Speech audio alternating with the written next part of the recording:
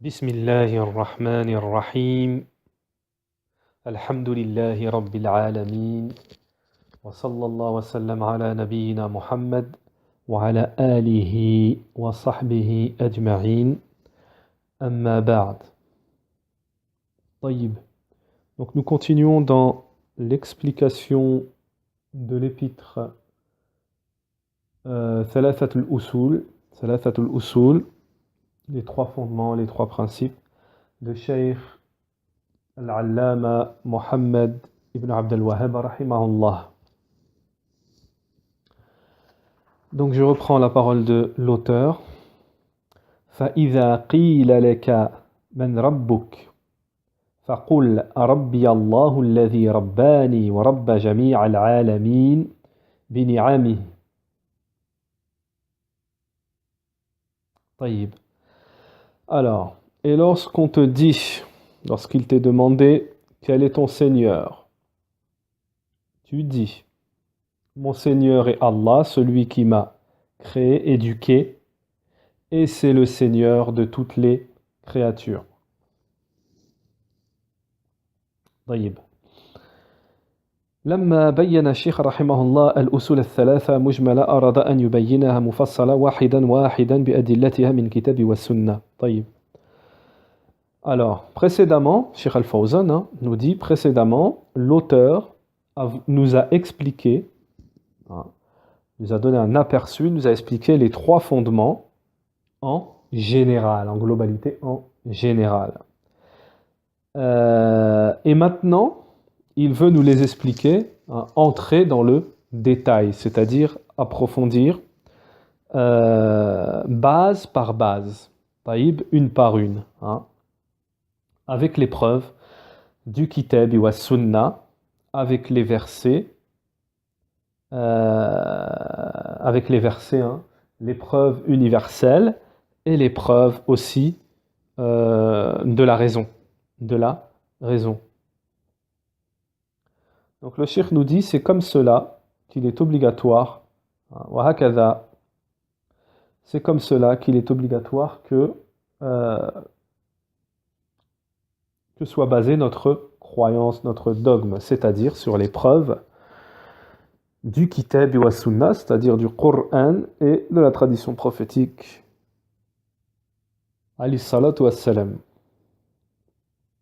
C'est-à-dire, le cheikh nous dit qu'il faut regarder, pour cela, il faut regarder, se baser sur les versets d'Allah qui sont universels, de manière à ce que cela soit ancré, dans le cœur, et que toutes les ambiguïtés soient dissipées. Donc je vais expliquer, Inch'Allah. Je me souviens pas si on l'a expliqué précédemment, mais en tout cas dans l'explication de Thalathatul Usul, ce que je vais dire, il est mentionné en détail. Donc à un moment ou à un autre, le cheikh il rentrera dans le détail et il expliquera. Moi je vais prendre de l'avance pour vous faire comprendre la parole de Cheikh Al-Fawzan ici. Et pour ceux qui veulent un plus long détail, ils peuvent aller dans l'explication de Cheikh Al-Uthaymin rahimahullah, qui lui explique aussi en détail ce qu'on va dire ici. Alors, lorsque Cheikh Al-Fawzan hafidhahullah nous dit, en ce qui concerne la croyance, pour avoir une bonne croyance, une croyance raffermie, il faut les preuves du Kitab wa Sunna, et il y a aussi les signes d'Allah subhanahu wa ta'ala, les preuves qui sont universelles. C'est ça qu'on va expliquer. Pourquoi ? Pour que la aqidah elle soit bien ancrée dans le cœur et que toutes les ambiguïtés soient dissipées. Alors qu'est-ce que c'est de quoi on parle lorsque l'on dit les preuves, les signes universels? Les signes universels, c'est la création d'Allah subhanahu wa ta'ala. Lorsqu'on voit le soleil, lorsqu'on voit la lune, lorsqu'on voit les étoiles, lorsqu'on voit la création d'Allah subhanahu wa ta'ala, ce ce sont des signes qui nous rapprochent d'Allah. Si on médite sur ces signes et on se concentre sur ces signes, ça va nous apprendre à nous rapprocher, à mieux connaître Allah subhanahu wa ta'ala, donc à ancrer la croyance dans le cœur, taïb, à avoir une conviction plus raffermie. Et c'est pour cela que les savants, et comme je l'ai dit, vous trouvez ça dans l'explication de Salasat al-Usul, les 3 principes de Shaykh al-Uthaymin. Shaykh al-Uthaymin nous dit les signes, comment on apprend à connaître Allah subhanahu wa ta'ala. Parce que pour mieux adorer Allah, il faut mieux le connaître. Ceux qui craignent le plus Allah, ce sont les ulama. Pourquoi? Parce que ce sont ceux qui connaissent le mieux Allah subhanahu wa ta'ala. Donc quelles sont les manières de connaître Allah subhanahu wa ta'ala? Shaykh al-Uthaymin nous dit il y a 2 manières. Connaître d'abord les signes universels et deuxièmement connaître les signes légiférés. Alors les signes universels, c'est ce qu'on vient d'expliquer là, c'est la création d'Allah subhanahu wa ta'ala. En méditant sur la création d'Allah, on se rapproche et on apprend à connaître Allah. La deuxième catégorie, les signes légiférés, c'est quoi? C'est la révélation, le kitab et wa sunnah, la révélation. Donc en méditant sur le kitab et wa sunnah, on apprend aussi à mieux connaître Allah et à se rapprocher d'Allah subhanahu wa ta'ala. Voilà. Donc je continue, je reprends la parole de Shaykh al-Fawzan hafidhahullah ta'ala. Wa amma al-aqaid al-mabniya نعم المبنية على الشبهات وعلى الشكوك وعلى أقوال الناس والتقليد الأعمى فإنها عقائد زائلة لا تثبت لا تثبت لا تثبت نعم tandis que la croyance, les croyances, alors là il va faire Shaykh al-Fawzan va nous donner la différence entre la croyance authentique et les fausses croyances. Donc, tandis que les croyances basées sur des ambiguïtés, des doutes, des paroles de gens, du suivi aveugle, donc toutes ces croyances, elles se dissipent, elles disparaissent, mais elles ne sont pas ancrées, elles ne sont pas raffermies, ancrées. وهي عرضة للتنقيض وعرضة للإبطال. Donc tout ça, ça se contredit et c'est basé sur du faux. Donc on est bien d'accord, Shaykh al-Fawzan nous dit que la seule aqida qui tient et qui perdure, c'est la croyance authentique. Et pourquoi il nous parle de ça? Parce que justement, là on parle des 3 questions de la tombe. Ala kulli hal, de toute manière, cet ouvrage, Thalathat al-Usul, il traite des 3 questions posées par les anges lorsqu'on meurt dans la tombe. On est bien d'accord. Et ces 3 questions, c'est la croyance du musulman, du croyant, de l'unificateur, du muwahhid. Donc ces 3 questions, là, Shaykh al-Fawzan, ce qu'on a dit depuis le début du cours, c'est comment faire pour être raffermi dans ces 3 questions. Donc je vais vous donner une faïda que les grands savants nous apportent dans leur explication des 3 fondements. Ils disent: celui qui sera à même d'être le plus raffermi lors des 3 questions de la tombe, ce sont ceux qui ont étudié, appris ces 3 questions avec les preuves du Coran et wa Sunnah. Vous voyez que cet épître, l'apprendre, le mettre en pratique, c'est en avoir la croyance dans son cœur. Ce n'est pas des moindres. Alors, tandis que avoir des doutes, apprendre des croyances qui sont fausses, tout ça, ça sert à rien, ça perdure pas. Ça disparaît. فلا تثبت العقيدة ولا سائر الأحكام الشرعية إلا بأدلة الكتاب والسنة وبالأدلة العقلية المسلمة. طيب. Donc comme on l'a dit, la croyance ne peut être ancrée, raffermie, et non plus les jugements légiférés que par le kitab wa sunna et les preuves de la raison qui sont saines. Taïb. Donc je vais donner une petite faïda ici parce qu'on pourrait se poser la question. Lorsque le Cheikh Al-Fawzan Hafidahullah nous parle des preuves tirées de la raison, c'est que dans la religion, il y a des contextes où on ne fait pas entrer la raison et il y a d'autres contextes où on fait entrer la raison. طيب. ولهذا أكثر الشيخ رحمه الله من سياق الأدلة على هذه الأصول الثلاثة. C'est pour cela que le Cheikh Al-Fawzan, il apporte beaucoup de preuves dans ce contexte, dans les trois fondements, il apporte beaucoup de preuves du Kitab wa Sunna.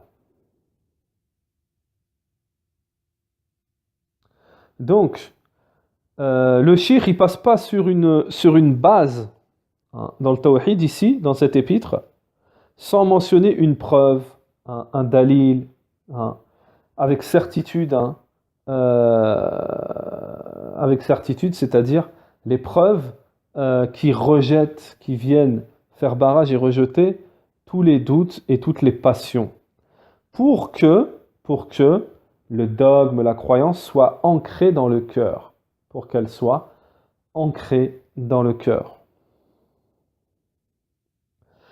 Et je conseille vivement, et quand je dis je conseille, c'est-à-dire moi je transmets des ulama, c'est-à-dire que ce sont les ulama qui conseillent, et moi je le répète, ce que disent les ulama, qui conseillent vivement d'apprendre ce livre, cet épître, Salathat al-Usul, et de l'étudier, même s'il le faut plusieurs fois, mais de le maîtriser, parce que c'est pas des moindres. On parle des 3 questions de la tombe, et celui qui maîtrise ça, il aura plus de chances, comme le disent les ulama, d'être raffermi lors du questionnement. قوله رحمه الله فإذا قيل لك أي سئلت من ربك. Voilà. سئلت. L'auteur nous dit rahimahullah, et lorsqu'il t'est dit, c'est-à-dire lorsque tu es questionné sur ton Seigneur, quel est ton Seigneur? Donc on parle de la tombe. Voilà. Cette question, elle est venue, elle a été rapportée, comme quoi on est questionné sur cela qui est ton Seigneur, aussi bien dans la vie mondaine, dans la vie d'ici-bas, que dans l'au-delà. Cheikh Al-Fawzan nous dit, il faut absolument que tu connaisses ton Seigneur, Azawajal, et que tu répondes par une réponse authentique, construite sur la certitude et l'épreuve. La certitude et l'épreuve. Faqul Rabbi Allah. Et tu dois répondre, tu dois dire mon Seigneur est Allah. C'est ça la réponse. Alladhi Rabbani, celui qui m'a éduqué, qui m'a créé, et qui est le Seigneur de toutes les créatures, de par sa grâce. فرب جل وعلا هو الذي يربي جميع عباده بنعمه. طيب. Alors, on va prendre la traduction ici, Naham, en français. Si on te demande qui est ton Seigneur, réponds, mon Seigneur est Allah qui m'a élevé. Mon Seigneur est Allah qui m'a élevé et a élevé tous les mondes par ses bienfaits. Il est celui que j'adore et je n'adore personne d'autre que lui. La preuve est louange à Allah, Seigneur des mondes, alhamdulillahi rabbil alamin. Toute chose autre qu'Allah est un monde et créature, et je suis élément de ce monde. Alors, طيب.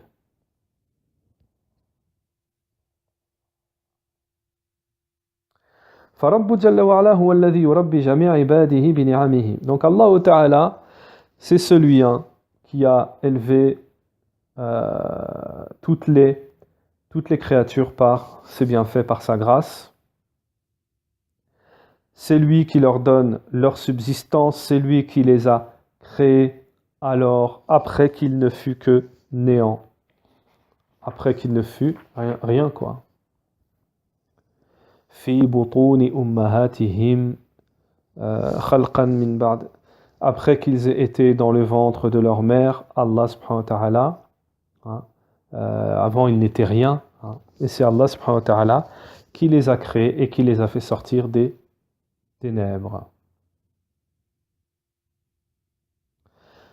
À ce moment-là, Allah ta'ala leur fait parvenir, lorsqu'ils sont dans le ventre de la mère, Allah subhanahu wa ta'ala leur fait parvenir leur subsistance dans le ventre de leur mère. Le fœtus petit à petit prend forme et commence à grandir. Et à ce moment-là, il commence à être nourri dans le ventre de sa mère. Thumma tunfakh fihi ar-ruh. Ensuite, il lui est insufflé son âme, nous dit Cheikh Al-Fawzan, fihi ar-ruh, fayataharrak wa yahya, il commence à bouger, il commence à vivre par l'autorisation, par la permission d'Allah. Et ceci est une création, une éducation dans le ventre. Taïb. ثم إذا خرج فإن الله سبحانه يربيه. Puis lorsque il sort de ce ventre de sa maman, فإن الله, certes c'est Allah subhanahu wa ta'ala qui l'éduque, qui l'élève par sa grâce, en ayant la santé, en étant protégé, en lui procurant le ventre, le lait maternel. Et cela jusqu'à ce qu'il soit en capacité, qu'il ait la possibilité de se nourrir par la nourriture conventionnelle. Puis, il évolue doucement, étape par étape, dans sa raison, dans son ouïe, dans sa vue, dans son audition, dans son ouïe, dans sa vue, jusqu'à ce qu'il atteigne la puberté. Jusqu'à ce qu'il atteigne la puberté et jusqu'à ce qu'il atteigne arba'ina sana, une quarantaine d'années, là où il est dans la force de l'âge.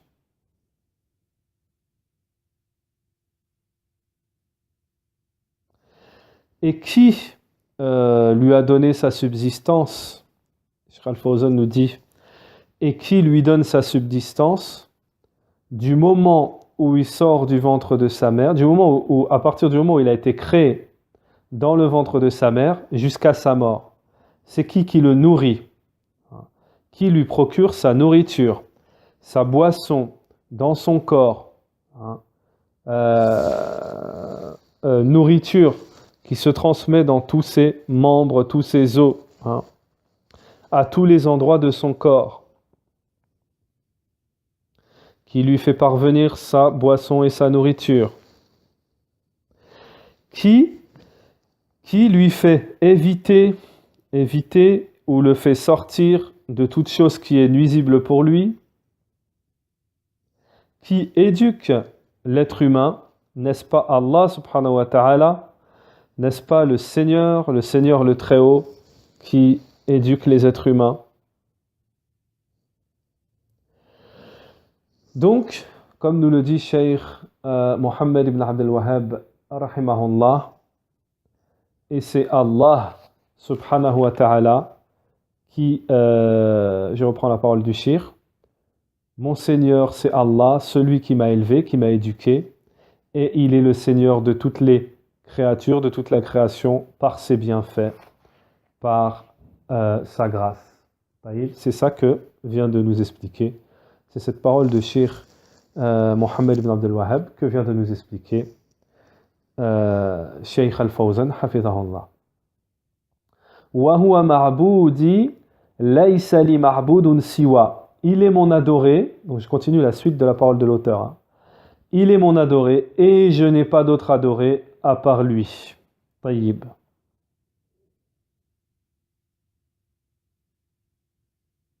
Voilà. On n'a pas encore terminé avant d'entrer dans cette nouvelle parole de Cheikh, l'auteur, Cheikh al-Islam Mohammed ibn Abdel Wahhab.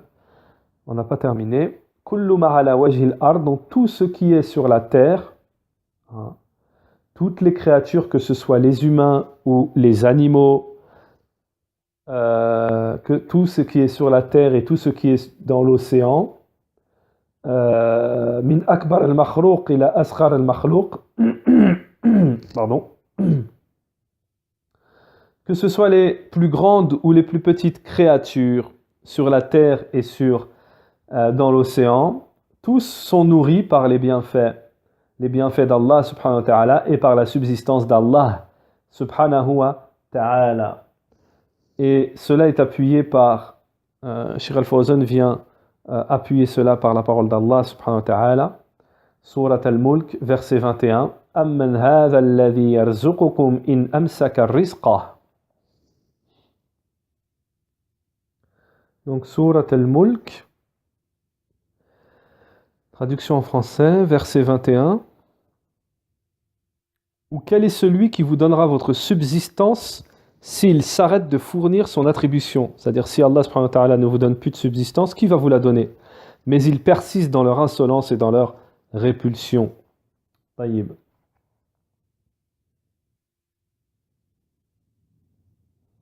Naham. Hada huwa Rabbu subhanahu wa ta'ala, et c'est Allah subhanahu wa ta'ala qui donne la subsistance. Amma ghayrullahu jalla wa ala fala yamlik min dhalika shay'an. Tandis que autre qu'Allah subhanahu wa ta'ala n'a aucune, est en incapacité, n'a aucune capacité à vous fournir votre subsistance. Amma ghayrullahi jalla wa ala fala yamlik min dhalika shay'an, la al-asnam wa la ghayruha. Que ce soit les statues ou autres, nul ne possède la subsistance, en aucune manière. Wa innama huwa al-marzouq.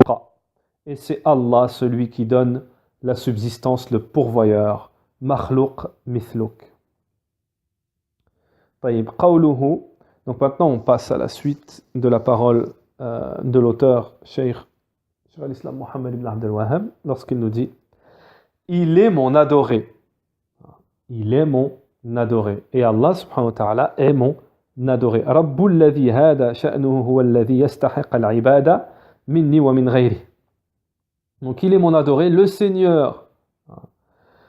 Allah subhanahu wa ta'ala, c'est celui qui est en droit à l'adoration de ma part et d'autrui. C'est-à-dire, tout le monde doit adorer, c'est lui, et tout le monde doit adorer Allah, c'est-à-dire qu'Allah étant c'est lui qui est en droit à ce que tout le monde l'adore. ثم أيضا نبه الشيخ رحمه الله أنه لا يكفي الإقرار بالربوبية. Donc ensuite, Cheikh, l'auteur, nous fait prêter attention ici, rahimahullah, qu'il n'est pas suffisant, puisque là on vient de parler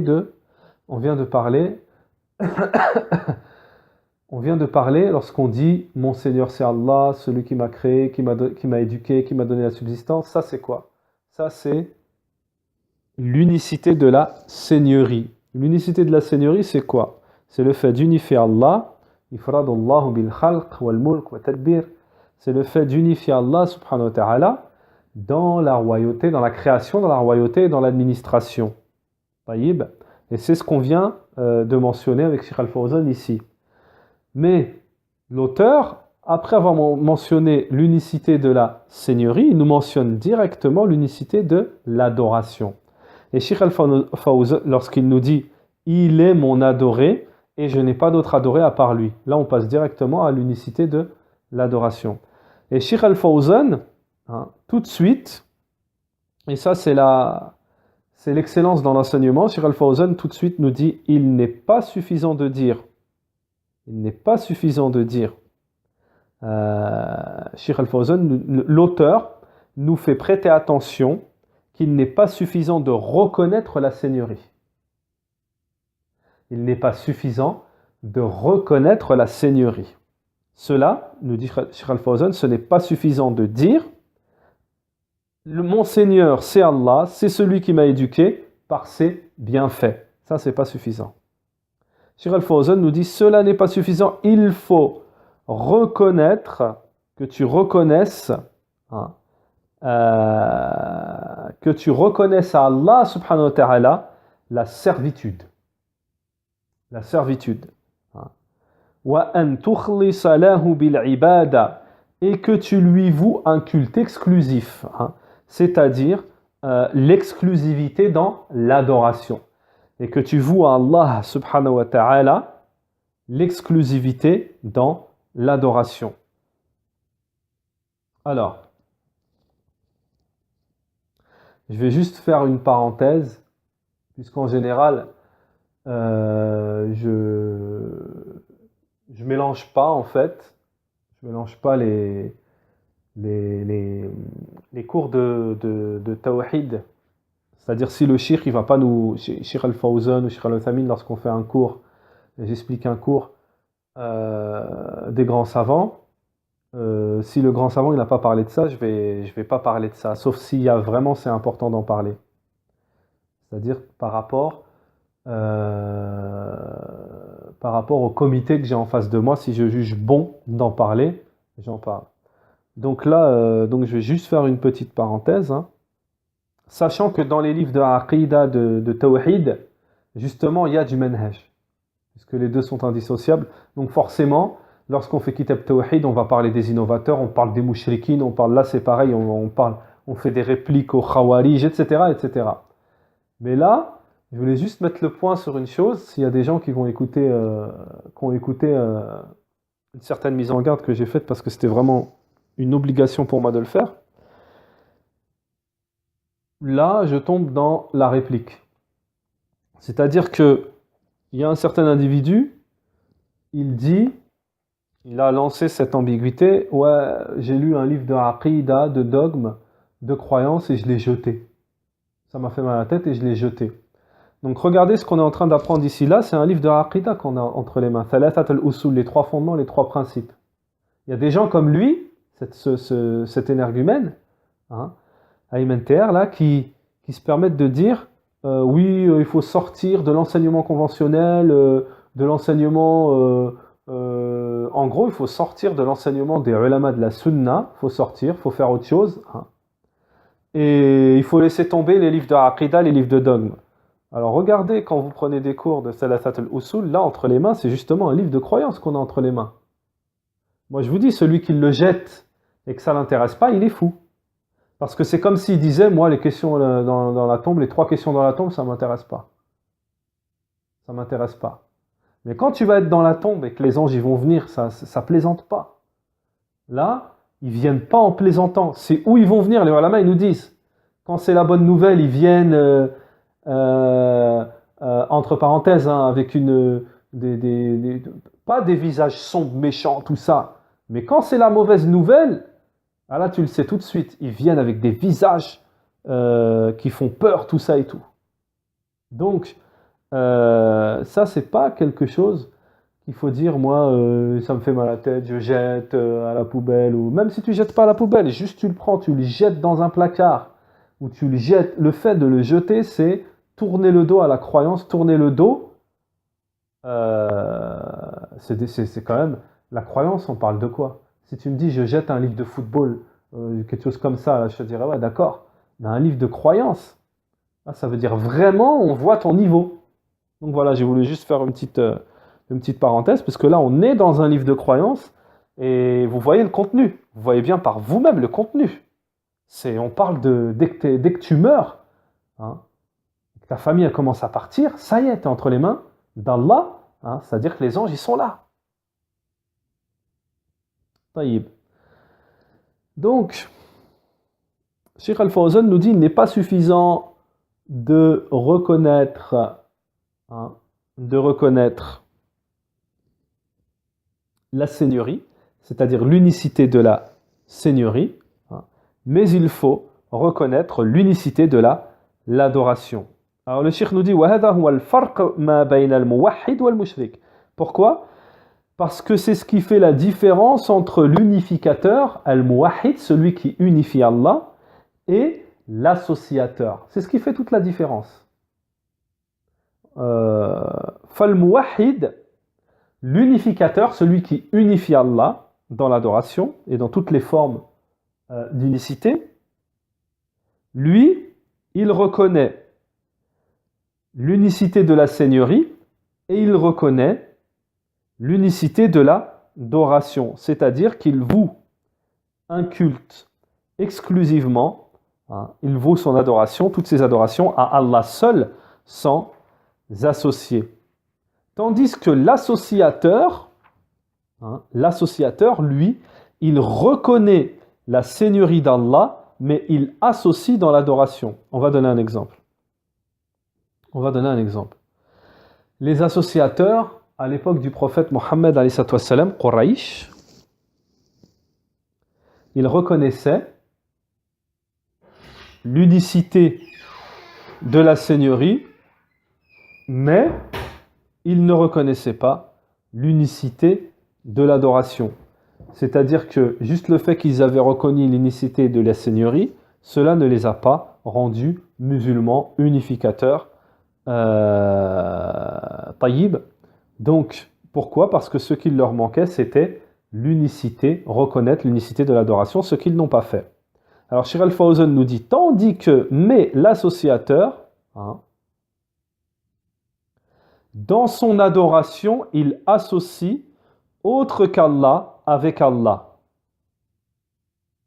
C'est-à-dire qu'il associe dans son adoration, il prend comme adoré, il prend celui qui ne crée rien, celui qui ne donne aucune subsistance, celui qui n'a aucune royauté, qui ne possède rien. Donc c'est ça la différence entre l'unificateur, celui qui unifie Allah, et celui qui est un polythéiste, un associateur. L'unificateur, celui qui unifie Allah dans tous les genres d'adoration. Lui, il dit, Allah est mon Seigneur, il est mon adoré, et je n'ai pas d'autre adoré à part lui. Tandis que l'associateur, lui, il dit, mon Seigneur, c'est Allah, tandis que l'adoration, elle n'est pas spécifique, particulière pour Allah. Voilà ce que dit l'associateur.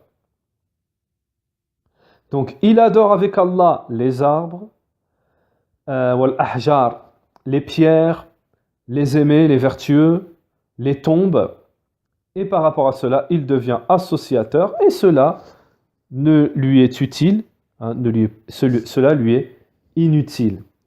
Le fait de reconnaître la Seigneurie, cela ne lui est utile en quoi que ce soit. Et il n'entre pas pour autant dans l'islam, puisque l'unicité de la Seigneurie ne fait pas entrer en islam.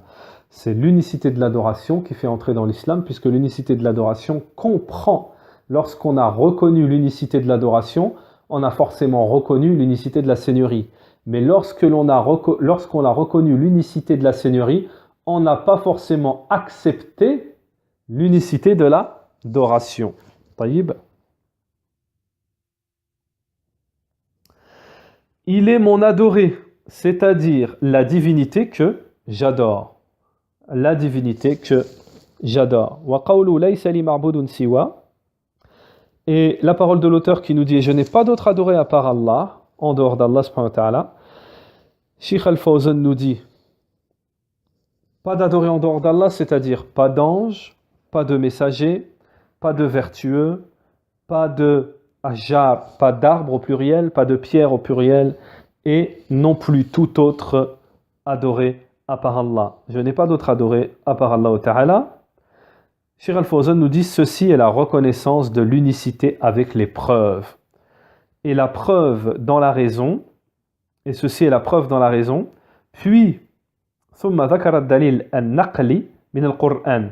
Puis donc là le cheikh, l'auteur, a mentionné le dalil, la preuve qui est tirée de la raison.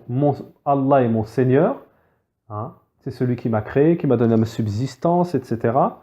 Ensuite, c'est Allah, c'est lui la divinité qui est en droit d'être adoré seul sans associé.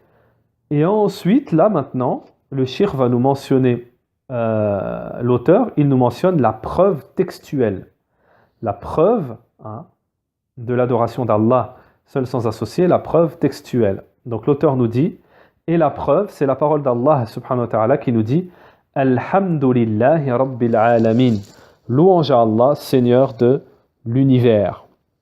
Ou Seigneur des mondes, Surat al-Fatiha, verset 2. Donc, ces versets qui sont au début du Coran, Laïsa qablaha illa bismillahir rahmanir rahim. Ils ne sont précédés que par la basmala, c'est-à-dire bismillahir rahmanir rahim. Wa hiya akhar kalam ahlul jannah. Donc c'est la dernière parole des gens du paradis. Et nous apportons le verset, Cheikh nous apporte la parole d'Allah subhanahu wa ta'ala. Alors, on va mentionner la parole d'Allah subhanahu wa ta'ala et on va voir ce que nous dit Shaykh Al-Fawzan hafidahullah. Donc, wa akhiru da'wahum anil hamdulillahi rabbil alamin. Donc, en français, là, leur invocation sera gloire à toi, ô Allah. Et leur salutation, salam, paix, et la fin de leur invocation. Louange à Allah, Seigneur de l'univers. On va expliquer ça. Cheikh Al-Fawzan nous dit que Allah subhanahu wa ta'ala a ouvert la création par cette parole, louange à Allah, Seigneur de l'univers, et qu'il clôture cette parole, qu'il clôture la création par cette parole. Alhamdulillahi alladhi khalaqa as-samawati wal ardi wa ja'ala adh-dhulumati wan nur. Donc Cheikh Al-Fawzan nous dit, donc là c'est Surat Al-An'am, verset 1. Louange à Allah, Seigneur, louange, Alhamdulillah, louange à Allah, celui qui a créé les cieux et la terre, et qui a fait les ténèbres et la lumière. Surat Al-An'am, les bestiaux, verset 1. Ensuite, Cheikh Al-Fawzan nous dit, par cette parole, Alhamdulillahi Rabbil Alamin, louange à Allah, Seigneur de l'univers, Allah a clôturé la création. Donc, il a ouvert la création par Alhamdulillah Rabbil Alamin et il a clôturé par cette parole Alhamdulillahi Rabbil Alamin. Donc, Cheikh Al-Fawzan nous dit, Alhamdulillahi Rabbil Alamin, celle-ci est une parole immense, énorme, immense. Taïb, naktafi bihada al-qadr. Aujourd'hui, nous allons nous contenter de cela, Inch'Allah. Et on expliquera cette parole, Alhamdulillahi Rabbil Alamin, en détail dans le cours prochain, Inch'Allah. Subhanakallah wa ma bihamdik wa ashhadu an la ilaha illa ant wa ashhadu an la ilaha illa ant wa astaghfiruka wa atubu ilayka wa sallallahu wa sallam ala nabiyyina Muhammad wa ala alihi wa sahbihi ajma'in.